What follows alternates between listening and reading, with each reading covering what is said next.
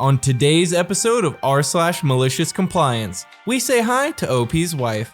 Hi OP's wife, don't want to give me a new contract? Fine, I'll stick to the terms of the contract I do have. So I used to work for a large retailer in the UK. I worked there for 12 years in total and ended up as a manager. When you want to become manager, they make you fly through 1,000 hoops, do a whole bunch of training, and do the job for 6 months without any extra pay. I did all this and was finally signed office manager. After I was officially given the job, I got my pay raise but was never given a new contract. I asked multiple times for a new contract and was fobbed off each time. Fast forward about 9 months and another large retailer started hiring lots of managers and was poaching a whole bunch of the staff.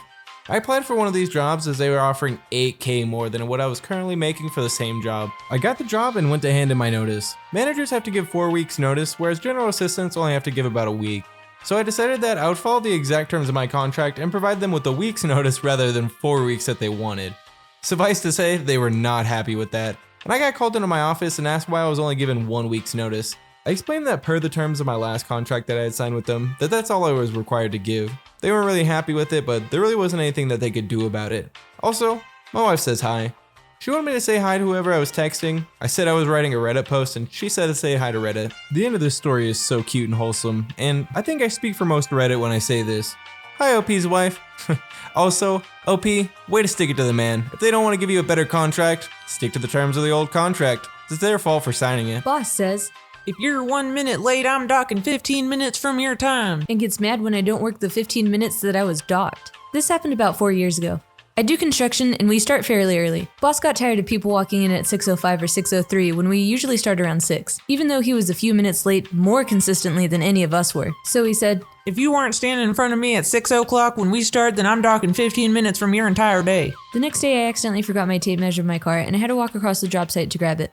Made it back inside around 6. Boss chewed me out and told me he was serious yesterday and docked me 15 minutes. So I took off all my tools right there and sat down on a bucket. He asked why I wasn't getting to work and I said, I'm not getting paid until 6:15, so I'm not doing any work until 6:15. I enjoy what I do, but I'm not doing it for free. He tried to argue with me about it until I said, if you're telling me to work without paying me, then that's against the law. You really want to open the company and yourself up to that kind of risk? Maybe I'm the kind to sue, maybe I'm not. But if you keep on telling me to work after you docked me my time, then we're gonna find out one way or the other. He shut up pretty quickly after that, and everyone else saw me do it and him cave, so now they aren't gonna take his crap either. Over the next few days, guys that would have been 1 to 2 minutes late just texted the boss, hey, sorry boss, would have been there at 6:02 and gotten docked, so I'll see you at 6:15, I'll get to work then, and then sat in their cars until 6:15 and came in when their time started. So between people doing what I did or just staying in their cars instead, he has lost a ton of productivity and morale because he decided that losing 15 minutes of productivity per person and feeling like a big man was better than losing literally 1 or 2 minutes of productivity, even though everyone stands around BSing and getting material together for the day until about 6:10 anyway. After a few weeks of that, he got chewed out by his boss over the loss of productivity and how bad the doc timesheets were looking and reflecting poorly on him as a leader because we were missing deadlines over it, and it showed that he doesn't know how to manage his people. And then suddenly his little self-implemented policy was gone,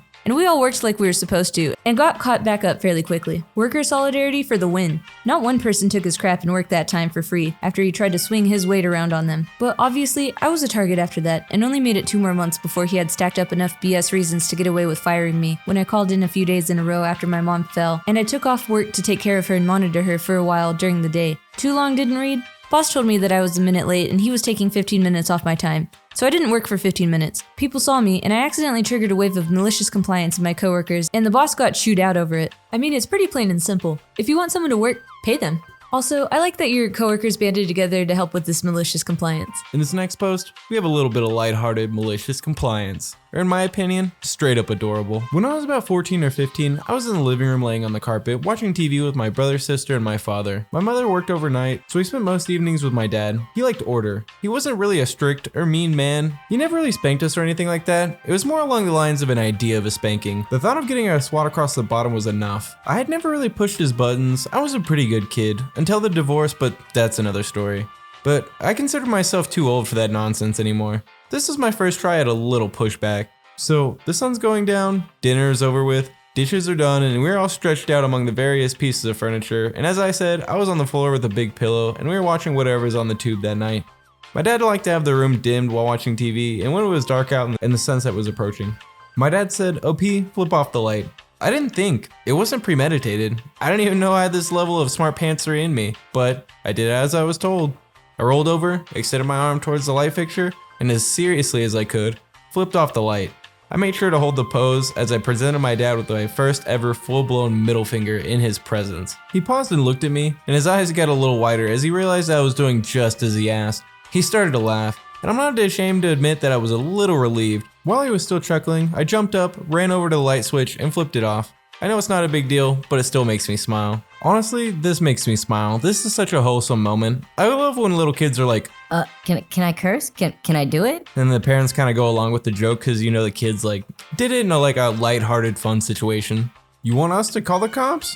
If you insist. Many summers ago, I worked a front desk job at a regional headquarters of a multinational corporation. For a visitor to be granted entrance, they had to prove that A, they had an appointment, and B, they are who they claim to be. Now, the first part was pretty easy. No need to show us your email, just give us your name and we'll call the person to confirm. The second part required some sort of ID though. Driver's license, employee badge, something like that. Or the inviter would have to come out here and meet you and confirm to us in writing. Note that we didn't keep your document, we just needed to put down your name and take a quick glance at your face and photo. Most of our visitors had no problem with the protocol. Some would voice their frustration, but still comply. Well, not this special guy. He got aggressive and demanded an explanation for why he needed an ID. When he's standing right here. Couldn't seem to grasp it however we tried. And he got increasingly louder. He didn't want his inviter to meet him outside because, quote, "This is wrong."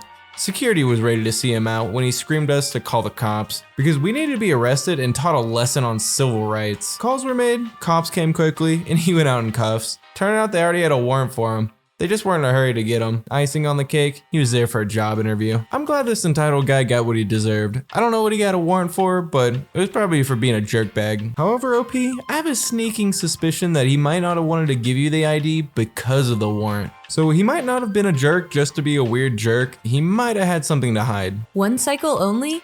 Okay. Before I start, my husband and I have a great loving relationship. He can just be a pain when he thinks he's right about something. So we recently moved into a new house. Our new kitchen is smaller, so we decided to replace our separate washer and dryer with a combination machine. It's not as powerful, so no matter what setting you use, the clothes always come out damp and need an extra 30 minutes in the dry only cycle. I've always done all the laundry, we split the housework, but for some reason, my husband got into his head that I was over drying the clothes. I explained that I was in fact normal drying them, but he knew better. We had several increasingly heated discussions in which this guy, who could count on the number of washing loads he's done in his life on one hand, attempted to mansplain laundry to me, culminating in an incident where he unplugged the machine mid-cycle and said, "I'm putting my foot down about this. One cycle only." Cue the malicious compliance. I did a load of just his clothes. I used one wash and dry cycle on the driest setting. Of course, they were still damp by the end, but dutifully, I hung them in my husband's closet. The next day, he wanted to know why his favorite shirt hadn't been dried properly. I shrugged. You put your foot down. One cycle only. Funny, he's let me do his laundry in peace since then. OP, I personally think it's kind of weird how upset your husband's getting about laundry,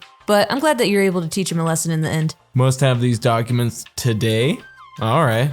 Back in the day, I had an employee who attempted to shake us down for a settlement after being dismissed. Part of the process was an exchange of documents. I identified about 2,000 pages of emails, etc., which I zipped up and stuck up on the web server for their lawyers to download. They claimed that they hadn't downloaded the archive, so I sent them the line from the web server log showing that they had. They claimed that they couldn't open it and started kicking up a fuss because they were at a deadline for their delivery, saying that they're applying for sanctions, demanding a same-day courier, etc. It's all a part of the process. They're looking for a, quote, nuisance value settlement. And more nuisance they can cause, the more likely they are to get one. I'd written an internet fax service, so I figured I'd soak test it. I faxed them 2,000 pages, split over 600 to 700 individual fax calls, some of which were repeats owing to reception errors. It took the best part of 24 hours. Total cost of the calls at wholesale value was under $10. They fired the ex-employee as a client shortly after. I love how they wanted to mess around and pretend like they couldn't open the document and try and make it your fault, so you went out of your way to send them 2,000 documents over a fax machine, calling them 600 to 700 individual times. Hilarious. And all this chaos cost you under $10? I mean, 24 hours of your life is kind of a long time, but worth it?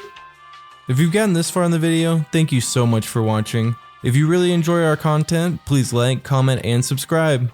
Peace. So, the sun's going down, dishes is over with. Dinner is over with.